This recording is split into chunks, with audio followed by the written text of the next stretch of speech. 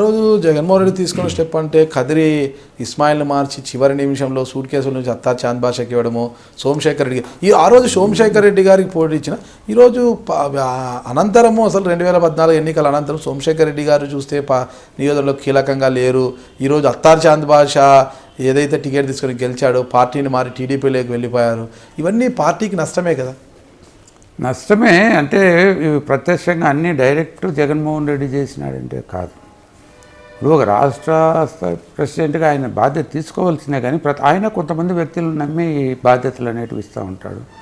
అటువంటి పరిస్థితుల్లో వచ్చిన వ్యక్తులు ఆ సర్వేను ఆ రోజు ఇస్మాయిల్ గారు కొద్దిగా బలహీనము వీకను, అది ఆర్థికంగా కావచ్చు లేదా ఇంకో రకంగా కావచ్చు.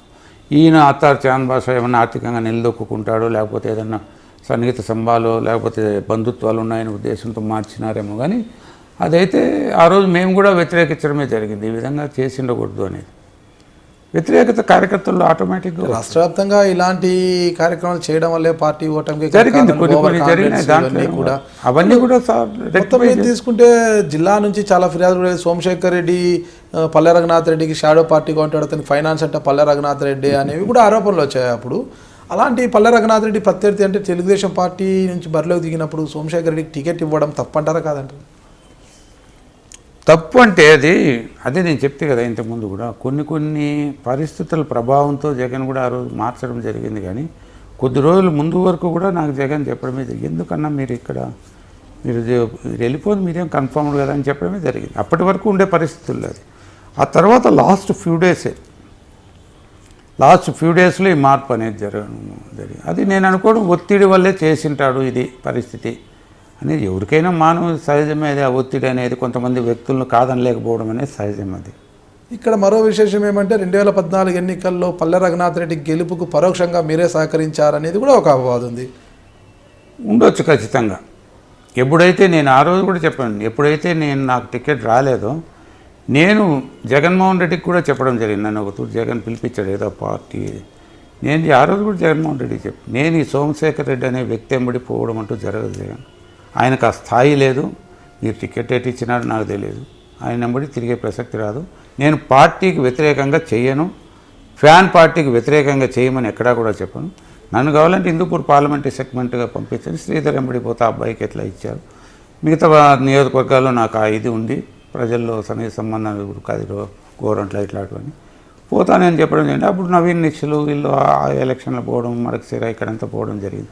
ఇక్కడ అయితే అక్కడ జరిగిందే వాస్తవం ఏంటంటే ఆ రోజు కూడా నేను జగన్కు కూడా 2-3 తూర్లు చెప్పాను. 95% క్యాడర్ నా ఎంబడి ఉన్నారు. జగన్ నీకు ఎట్లా రిపోర్ట్స్ పోతాను ఎవరు ఇస్తా ఉన్నారు, క్యాడర్ చేయరు ఆటోమేటిక్గా, మీరేదో అనుకుంటా అన్నారు. సరే జరిగిపోయింది. క్యాడర్ చాలామంది చేయలేదు ఆటోమేటిక్గా. ఇప్పుడు నాయకుడు క్యాడరు సైలెంట్ అయిపోతావు ఆటోమేటిక్గా. పరిస్థితులు అంటే ఆయన అనుకూలంగా మలుచుకోండి వచ్చే, కానీ నేనేదో రఘునాథ్ రెడ్డి గారి దీనికి పోవడం అనేది ఇట్లా అంటే, ఎందుకంటే చిరకాల ప్రత్యర్థి నాకు ఆయనే. రేపొద్దున ఒకవేళ నాకు అవకాశం వచ్చి మళ్ళీ నా ప్రత్యర్థి ఆయనే ఉంటాడు. ఇంకా ఆయన నేను ఇంకా స్ట్రాంగ్ చేసుకుంటా. మళ్ళీ ఎన్నికల తర్వాత మీరు ఎందుకు సైలెంట్ అయిపోయారు? అంటే మీరు టికెట్ రాలేదని అలకబూనారా లేకపోతే సైలెంట్ ఏం లేదు. ఇప్పుడు నాకు ఒక బాధ్యత అనేది ఇస్తే బాధ్యత ప్రకారం పనిచేస్తాను. సరే ఇప్పుడు నేను మళ్ళీ నియోజకవర్గం ఇన్ఛార్జిగానో లేకపోతే కదిరి దీంట్లో ఇన్ఛార్జిగానో ఎక్కడైనా ఉంటే నేను ఒక బాధ్యత పనిచేస్తాను. ఊరికే ఇంకా ఏం చేయాలి నేనైతే 24 అవర్స్ నా ఆఫీస్ మీరు చూసే ఉంటారు, ఎప్పుడు తెరుచుకునే ఉంటాను. నేను మార్నింగ్ 8:30-9 పోతా, కూర్చుంటాం, 2 వరకు ఉంటాం, 2 to 4 మళ్ళీ వచ్చేస్తాం, మళ్ళీ 5 నుండి కూర్చుంటాం. ఎవరు వస్తూనే ఉంటారు. పల్లెల్లో ఈ గొడవలు ఉండనే ఉంటాయి, ఏదో ఒకటి పోలీస్ స్టేషన్ ఎంఆర్ఓ అనో ఇట్లా. ఈ నేపథ్యంలోనే మీకు ఇటీవల జగన్మోహన్ రెడ్డి ఈ నంబుల పూలకుంట ఈ సోలార్ పూల గురించి వచ్చినప్పుడు మీ దగ్గరకు వచ్చి మాట్లాడారు అంటారు. అప్పుడు ఏం మాట్లాడారు ఆయన? అంటే మిమ్మల్ని సర్ది చెప్పారు? మాట్లాడింది ఏం లేదు, వచ్చారు మాట్లాడినా హైదరాబాద్కి రాండి మాట్లాడదాం చెప్పాడు. అప్పుడు పొరపాట్లు జరిగిపోతున్నాయి. అంటే అప్పుడు జరిగింది పొరపాటు అని ఏమన్నా డిస్కస్ చేశారా? ఖచ్చితంగా జరిగింది. అంటే వాస్తవం ఆయనకు తెలుసు. ఇది ఈరోజు నాకు చెప్పడమే కదా, ఆ రోజు ఒత్తిడి వల్ల ఇచ్చినాననేది ఖచ్చితంగా అబ్బాయికి అది నేను కూడా అర్థం చేసుకుంటాను. ఒత్తిడి వల్లనే అది, లేకపోతే నాకు ప్రజల్లో లేదనో ఇంకోటి నాకు ఈగూడదు అనేదో అది మీరు చెప్పినట్లు ఇట్లాంటివన్నీ కాదు. అంటే 2014 ఎన్నికల్లో మీకు టికెట్ రాకపోవడంతో క్యాడర్ అంతా కూడా నిరుత్సాహానికి గురయ్యారు, మీరు కూడా స్తబ్దతగా ఉండిపోయారు రాజకీయాల పట్ల. అంటే ప్రస్తుతం మీ క్యాడరు మీ వెంట ఉందంటారా? నేచురల్గా అంతా ఉంటారని నేను చెప్పలేను. అప్పుడున్న క్యాడర్ అంతా కూడా నా వెంబడి ఉంటారని. ఇప్పుడు ఒక నియోజకవర్గానికి ఒక ఇన్ఛార్జ్ అనే వ్యక్తి ఉన్నాడు.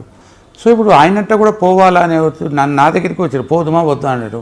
పార్టీ మీకు ఒక నియోజకవర్గ ఇన్ఛార్జిగా పెట్టింది, పోవాలయ్యా, పార్టీ కోసమే కదా మీరు కార్యక్రమాలకు పోండి అని చాలామందికి నేను చెప్తా ఉంటాను. ఇప్పుడు కూడా అడుగుతారు, సార్ పలానా వ్యక్తి ఫోన్ చేసినాడు, పోదుమా వద్దా అంటారు.